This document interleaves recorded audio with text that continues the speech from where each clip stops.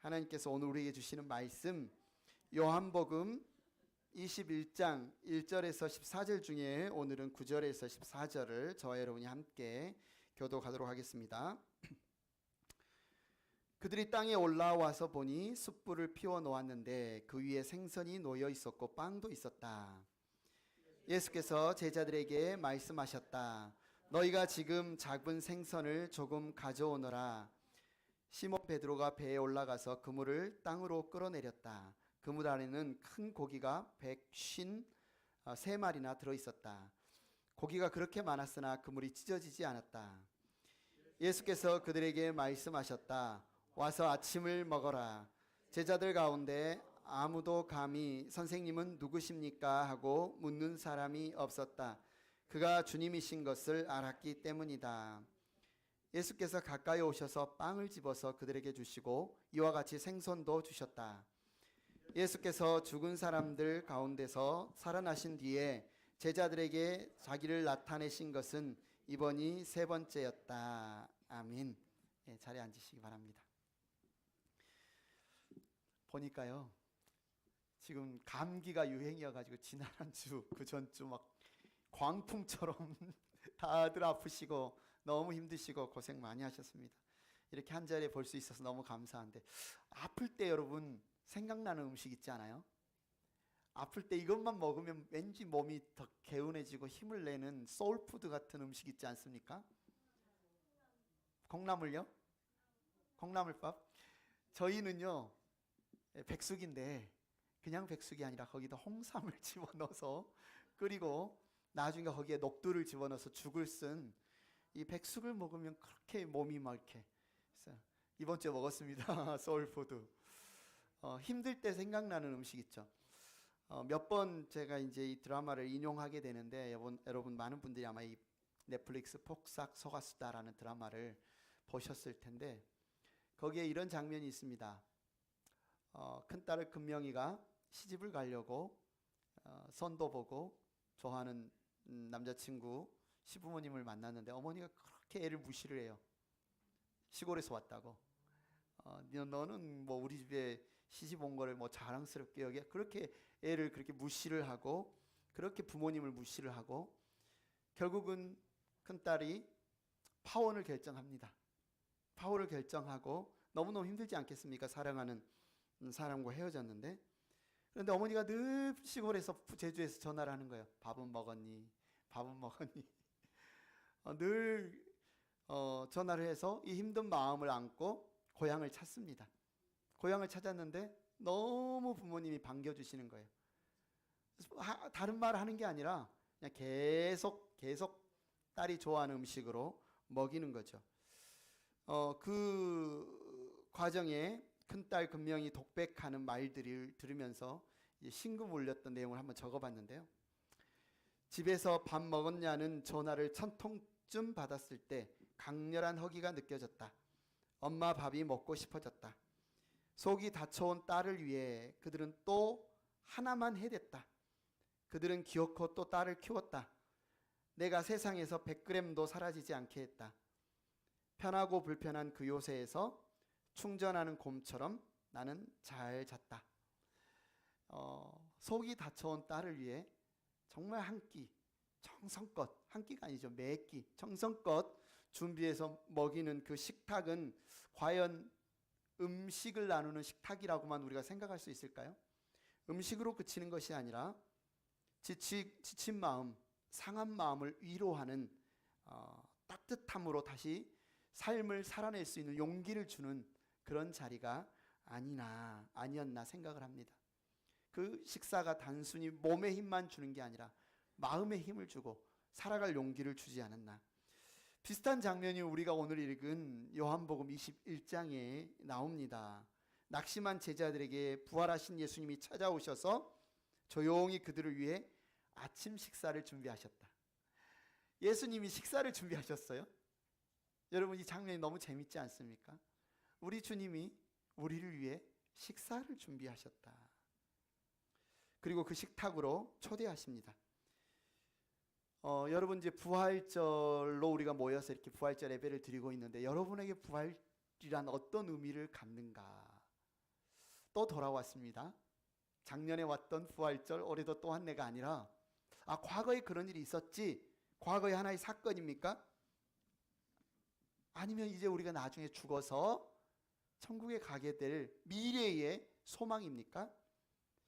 그런데 오늘 부활하신 예수님이 식탁을 준비하고 제자들을 초대해서 그들을 회복시키시는 이 장면은 부활이 과거에 일어났던 사건으로 그치는 게 아니구나.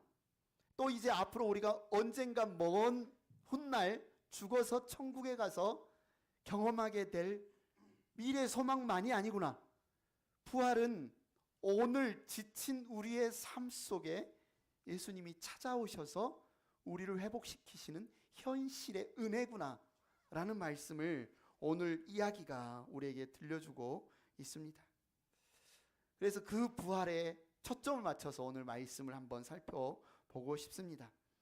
부활은요, 오늘 우리의 삶 속으로 찾아오시는 주님의 사랑입니다.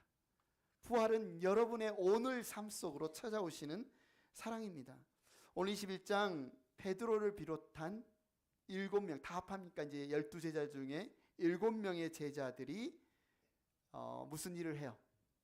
이들은요, 지금 아직 예수님이 부활하셨다는 소식을 못 들은 그런 순간도 아니에요. 이미 부활하신 예수님을 2번이나 목격했어요. 그런데도 여전히 이들 가운데는 혼란함이 있습니다. 답답함이 있습니다. 앞으로 인생을 어떻게 살아야 되지? 실패와 죄책감에 있습니다. 그래서 그들은 결국 어떻게 합니까? 익숙한 갈릴리의 바닷가 고기잡이로 그들은 돌아가 버립니다. 베드로가 말하죠. 오늘 3절에 나 고기나 잡으러 갈래. 나 고기나 잡으러 갈래.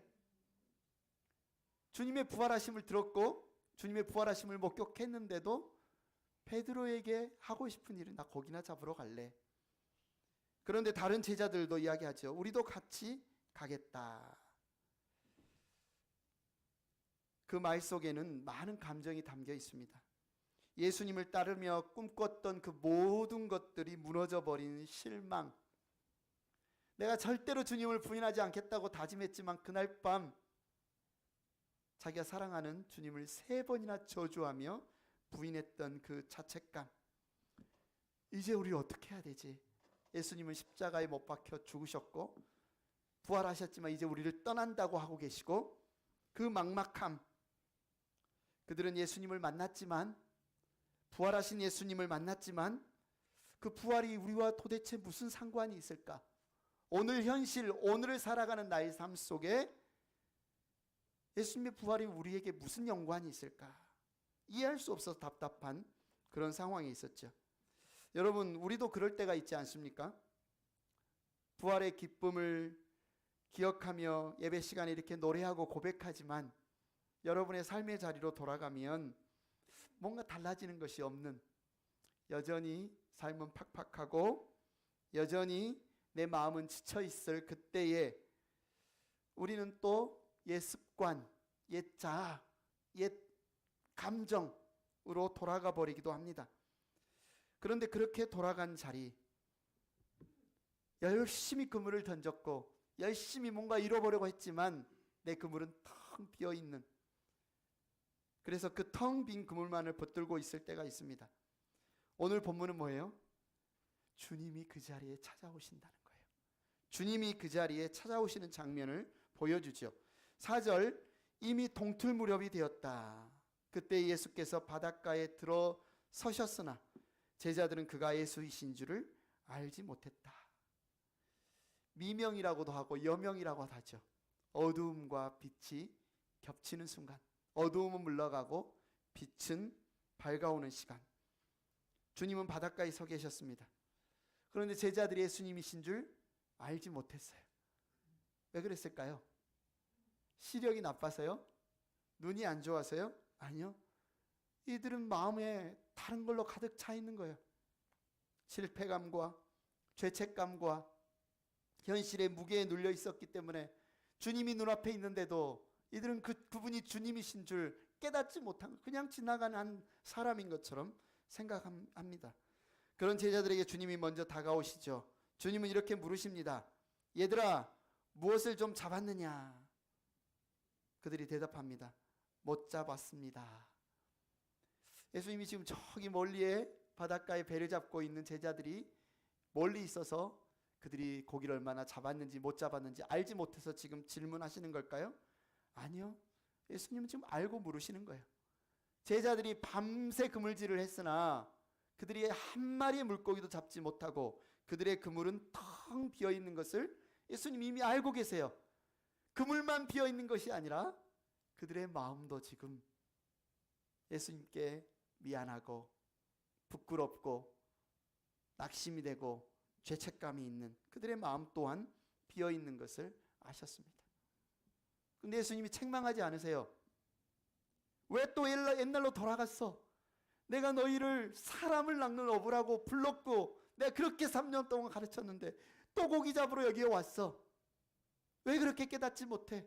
왜 그렇게 어리석어? 이렇게 책망하지 않으십니다. 따지지 않으십니다.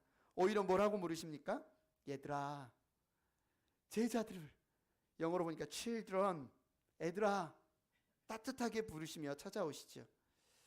저는 이번 주일 부활절 설교를 준비하면서 정말 좋은 책 한 권을 만났어요. 김호경 교수가 쓴 예수의 식탁 이야기라는 책인데요. 이 책을 읽다 보니까요, 성경에 밥 이야기가 많이 나옵니다. 밥 먹는 이야기가. 또 그것도 예수님과 관련돼서 밥 먹는 이야기가 많이 나와요. 그러면서 이 김호경 교수가 예수님이 나를 오늘 찾아오셔서 나를 딱 보신다면 나에게 어떻게 인사를 건네실까 생각을 해본 거예요.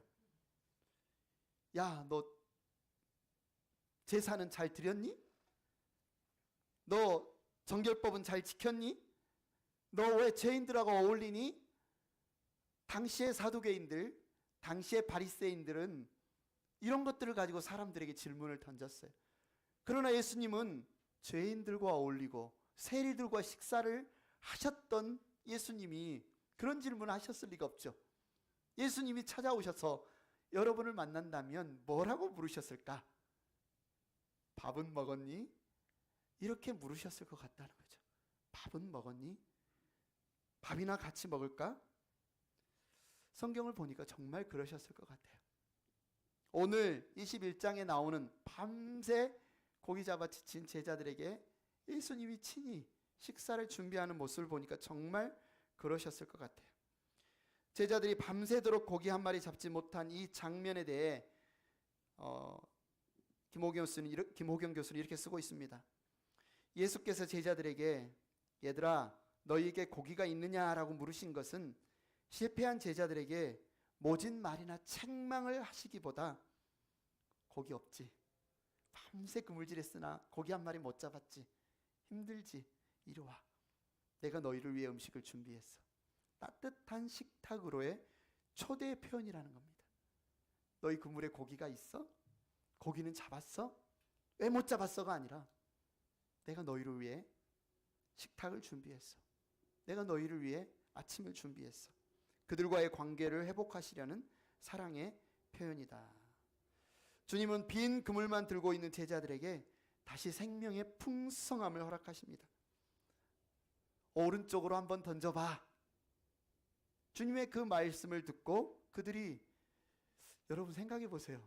우리가 연말에 휴스턴 가서 낚시를 해봤는데 왼쪽에 던진다, 오른쪽에 던진다, 물고기가 얼마나 차이가 나겠습니까? 거기에서 거기 아니에요? 그런데 이들이 예수님의 말씀에 순종해서 오른쪽에 던졌을 때 무슨 일이 일어났습니까? 배가 가라앉을 만큼 많은 고기가 잡혀게 되었어요. 이것은 무슨 사인이에요? 예전에 경험했던 일입니다. 예전에 베드로와 요한이 밤새 그물질을 했으나 한마디로 잡지 못했을 때, 주님을 처음 만났을 때 똑같은 상황이에요. 그때도 오른쪽으로 던져봐. 그 주님의 말을 듣고 오른쪽에 그물을 던졌더니 어마어마한 양의 물고기를 잡았던 기억이 요한이 떠오릅니다. 그래서 7절에 말하죠. 예수가 사랑하시는 제자가 베드로에게 저분은 주님이시다. 지나가는 행일이 아니다. 저분은 주님이시다 하고 말하였다. 시몬 베드로는 주님이시라는 말을 듣고서 벗었던 몸에다가 겉옷을 두고 바다로 뛰어내렸다. 사랑하는 여러분, 주님이 찾아오십니다. 주님은 우리의 인생의 새벽에도 실패와 낙심 속에도 찾아오십니다. 그리고 우리에게 물으십니다. 애야, 네 마음에 기쁨에 있니? 네 마음에 기쁨이 있니? 네 마음에 평화가 있니? 네 삶에서 생명을 누리고 있니? 네 인생의 그물에 고기는 있니? 기쁘니? 평안하니? 내가 준 생명을 누리고 있니? 우리는 때때로 없습니다 라고 고백할 수밖에 없죠. 그런데 예수님은 책망하지 않으세요. 정죄하지 않으세요. 따뜻하게 불러주세요. 주님의 부활은 과거의 사건만이 아닙니다. 오늘 부활하신 주님이 낙심하고 지쳐 밤새 수고하여 기진맥진한 제자들을 찾아오신 이 부활의 주님과의 만남은요, 과거의 사건, 아니면 우리가 죽어서 천국 가서야만 누릴 수 있는 약속이 아니라 오늘 우리의 삶 속에 주님이 찾아오신다는 거예요. 빈 그물의 생명을 채워주시는 주님의 은혜라는 거예요. 이것이 부활의 능력이라는 겁니다. 부활은 무너진 관계와 마음을 회복시키시는 은혜입니다. 오늘 이야기는 이렇게 이어지죠. 9절에 그들이 땅에 올라와 보니 숯불을 피워 놓았는데 그 위에 생선이 놓여 있고 빵도 있었다. 밤새 고기를 잡느라 지치고 허기진 제자들을 위해 예수님께서 먼저 아침 식사를 준비해 두셨어요. 바닷가 모래 위에 숯불을 피우고 그 위에 생선을 굽고 빵을 올려놓으세요. 정말 놀라운 장면 아닙니까? 불 피우는 것도 쉽지 않죠. 적절하게 생선을 굽는 것도 어렵죠. 맛있는 빵을 굽는 것도 쉽지 않죠. 그런데 주님이, 부활하신 주님이 하늘로 올라가시기 전에 제자들을 찾아오셔서, 두 번이나 이미 제자들을 찾아오셨고 세 번째 찾아오셔서 하신 일이, 부활하신 주님이 제자들을 찾아오셔서 하신 일이 얼마나 중요한 일이겠습니까? 얼마나 주님이 중요하게 생각한 일이겠어요. 근데 그 일이 뭐였다 말하고는 겁니까? 아침 식사를 준비하신 거예요. 제자들을 먹이고 제자들을 회복시킬 아침 식사. 인간의 삶 가운데 가장 구체적인 자리인 식사의 자리를 주님이 마련하셨어요. 그런데 그것이 소박한 빵과 생선이었습니다. 그런데도 빵과 생선뿐이었는데도 그 자리는 그 어떤 식사보다 풍성하고 따뜻했습니다. 김옥윤 교수는 이 장면에 대해서 이렇게 말합니다. 부활하신 예수님께서 승천을 앞두고 제자들에게 영적인 이상만을 가르치시거나 환상적인 체험으로만 몰아가시는 분이 아니셨다. 부활의 진정한 의미가 우리의 삶의 현장에서 회복과 생명을 가져오는 것임을 보여주셨다. 주님이 죽음을 이기고 부활하신 목적은요, 우리가 나중에 주님과 같은 부활의 첫 열매로 부활의 몸을 입는 것도 있지만 먼 훗날만을 위한 것이 아니라 오늘 우리의 삶의 자리에서 회복의 은혜를 누리는 것, 그 생명을 누리는 것, 바로 오늘을 위해서 주님이 부활하셨다는 거죠. 그래서 주님의 식탁은 단순한 한 끼가 아니라 관계를 회복시키는 자리였고 사랑을 나누는 자리였고 새로운 시작을 여는 자리였다.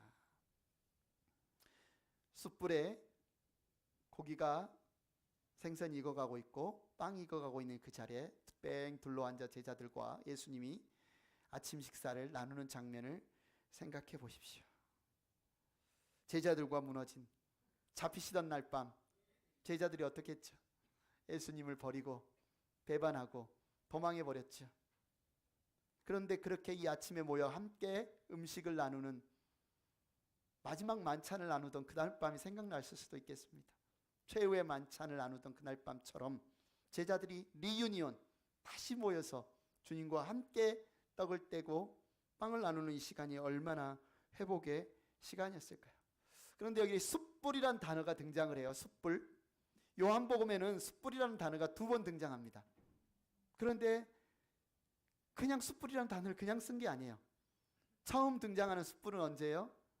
예수님이 잡히시던 날 밤 대제사장의 뜰에 베드로가 예수님을 따라갔을 때 예수님을 부인하던 그 장면 있죠.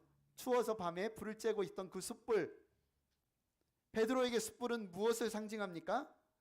내가 죽어도 예수님을 떠나지 않겠습니다. 내가 죽어도 예수님을 부인하지 않겠습니다. 그렇게 약속했건만 실제 예수님이 잡혀가서 고초를 당하고 모욕을 당하고 죽을 위기에 있을 때 여종이 당신도 예수와 함께 있던 그 사람 맞지요? 묻던 그날 밤 그 숯불 앞에 베드로는 내가 저런 사람 알지도 못한다고 예수님을 저주하며 부인하던 그 장면을 떠오르게 합니다. 베드로에게 숯불은 부끄러움입니다. 베드로에게 숯불은 죄책감이고요. 베드로에게 숯불은 수치스러움입니다. 그런데 주님이 그 숯불을 피우신 거예요. 그렇게 예수님을 부인하고 저주하고 떠나버렸던 베드로에게 그 숯불을 보면 베드로가 뭘 떠올릴 걸 아시면서도 예수님은 바닷가에 숯불을 피워놓고 그 베드로를 맞이하시는 거예요. 그 숯불은 더 이상 죄책감의 자리가 아니에요. 회복의 자리, 용서의 자리로 바뀝니다. 예수님은요, 베드로의 상처를 그냥 모른 척하고 숨겨주거나 덮어버리지 않으세요. 우린 그럴 수 있잖아요. 가까운 사이, 사랑하는 사이면 좀 덮어줘, 모른 척해. 그럴 수 있잖아요. 그런데 예수님은 베드로의 그 아픔, 베드로의 그 부끄러움, 베드로의 그 상처를 숨기지 않고 외면하지 않고 그 상처를 직시하게 하시는 거예요. 그 상처를 바라보게 하시는 거예요.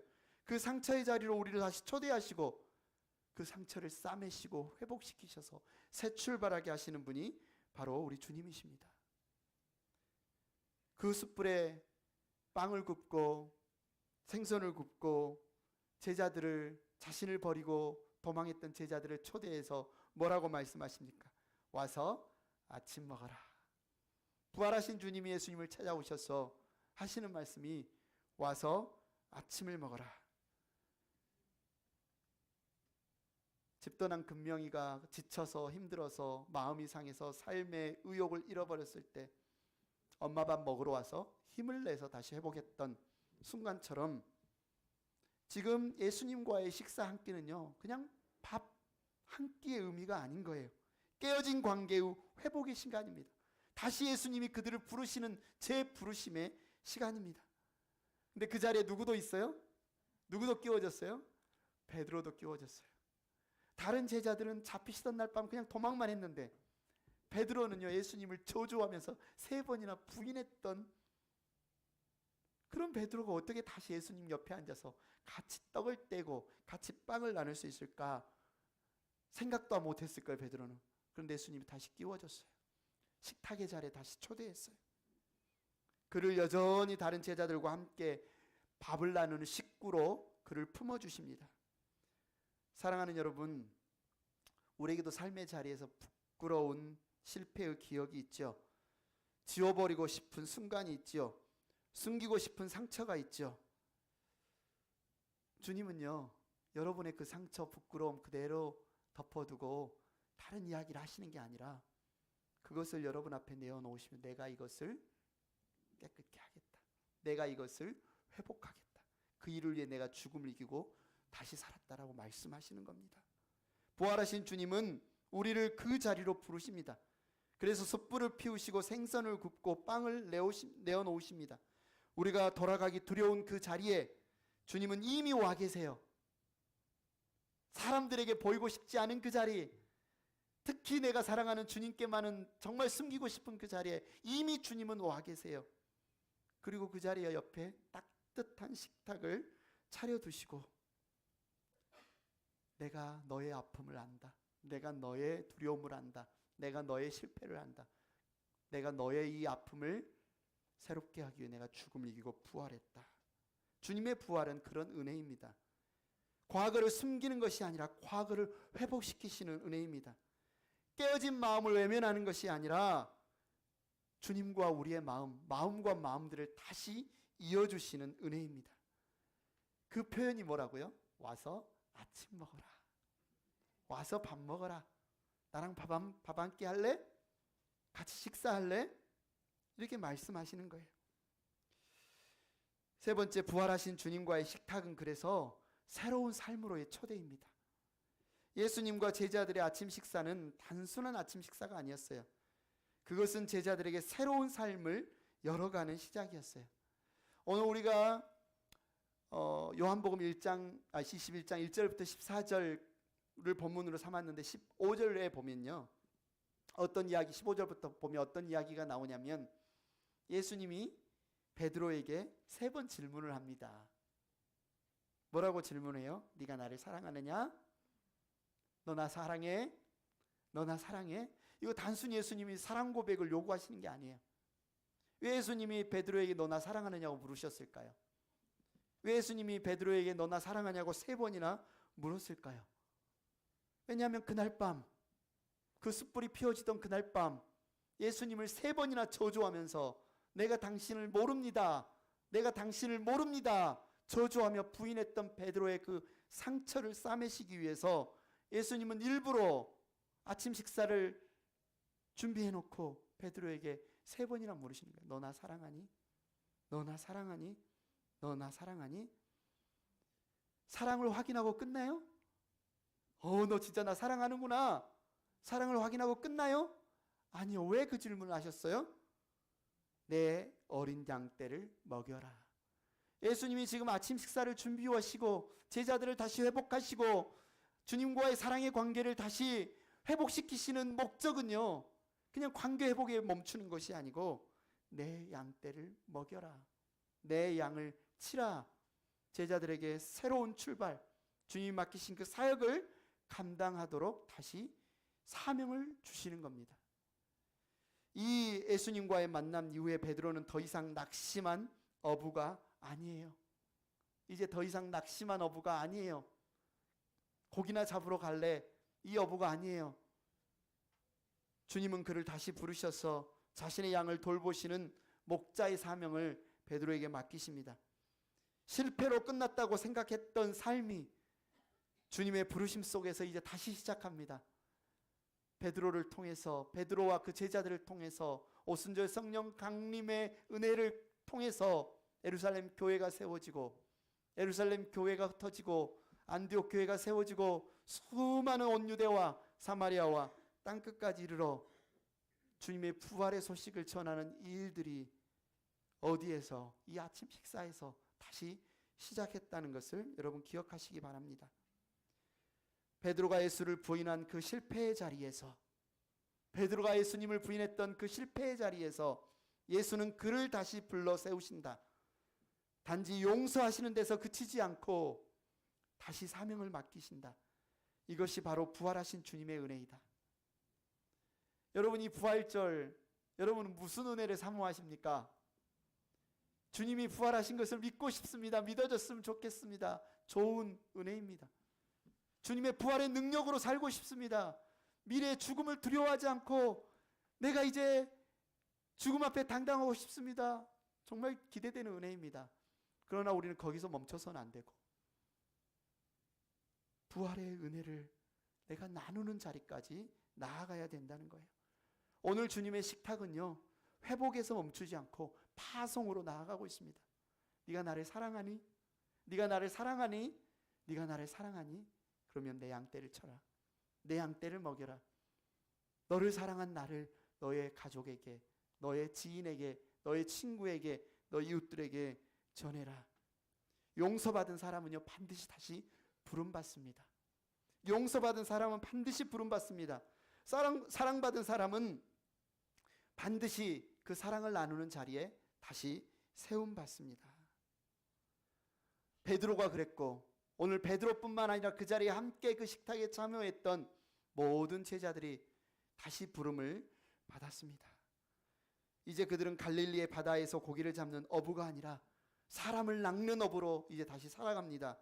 두려움과 좌절에 갇혀 있었던 그들의 삶은 부활하신 주님과의 식탁을 통해 새로운 사명과 소명으로 전환됩니다. 이 부활주일에, 2025년 이 부활주일에 주님은 여러분을 초대합니다. 와서 아침 먹을래? 와서 아침 먹을래? 이 초대는 단지 한 끼니를 채우라는 말이 아니라 여러분의 그 낙심과 실패의 자리에서 주님의 사랑을 경험하고 새로운 삶으로 나아가라는 부르십니다. 주님의 부활의 식탁은 언제나 여러분을 회복시키십니다. 주님의 부활의 식탁은 여러분을 언제나 다시 일으켜 세우십니다. 주님의 부활의 식탁은 언제나 여러분을 새로 앞으로 나아가게 하십니다. 오늘 주님은 우리의 삶의 자리에 찾아오셔서 말씀하십니다. 와서 아침 먹어라. 내가 너를 사랑한다.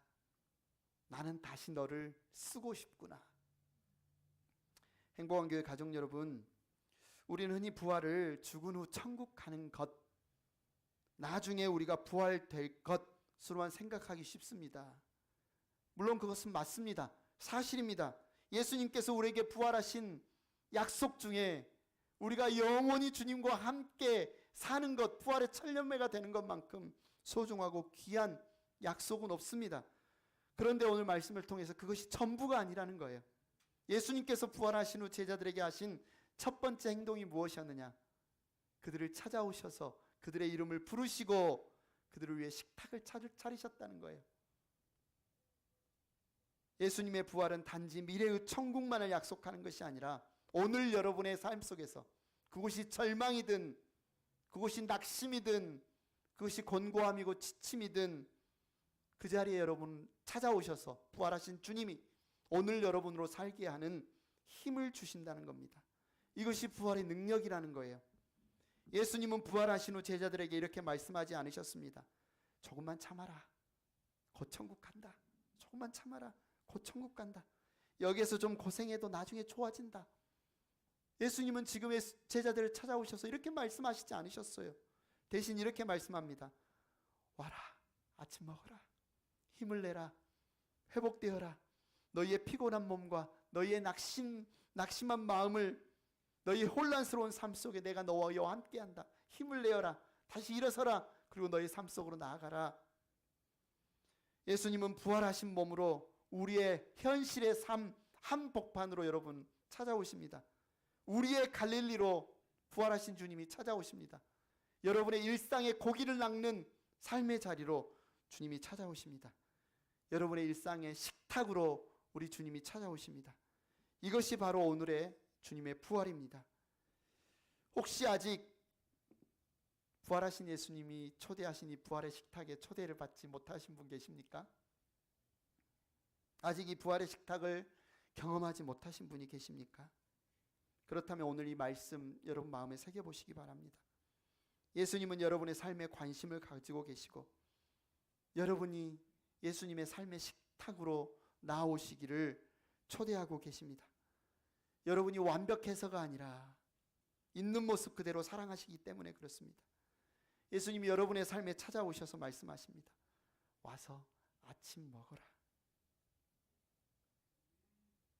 이 말은 단지 한 끼 식사를 하자는 말이 아니라 지친 여러분의 삶 가운데 내가 함께 하겠다.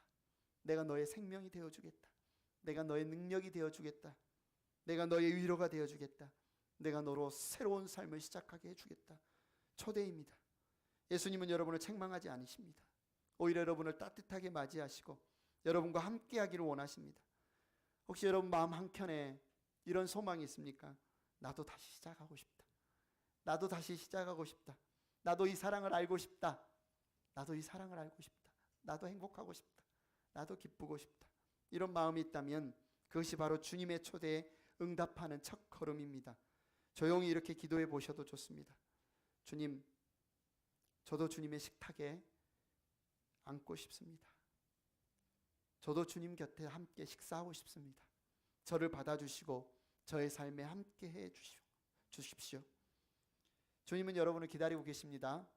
그 사랑을 오늘 마음으로 받아들이시기를 바랍니다. 찬양팀 앞으로 나오시고 이 시간 잠깐 눈을 감고 부활의 식탁으로 여러분을 초대하셨고 그 초대에 응답하셨던 분들을 이 시간 감사함으로 기도드리시고 그 부활의 식탁으로 초대에 오늘 응답하기를 원하시는 분 기도하십시오. 주님, 저도 주님의 식탁에 앉고 싶습니다. 저를 받아주시고 저의 삶에 함께 해주시옵소서.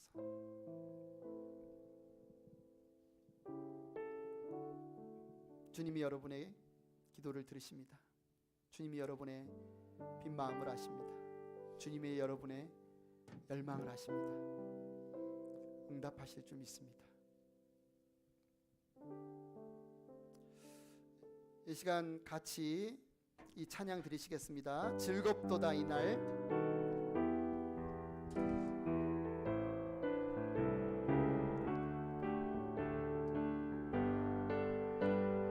다 같이 자리에서 일어나실까요?